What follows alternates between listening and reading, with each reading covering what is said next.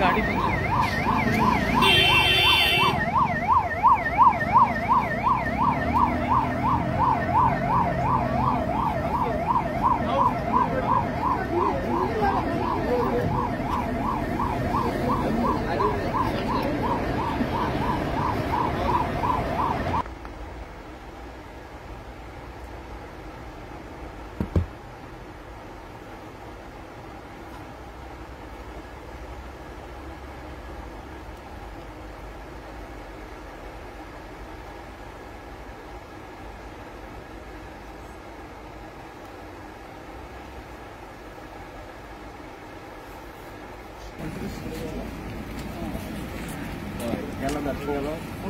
ना फोन में ये सब रोबोट भी बन है गाले आगे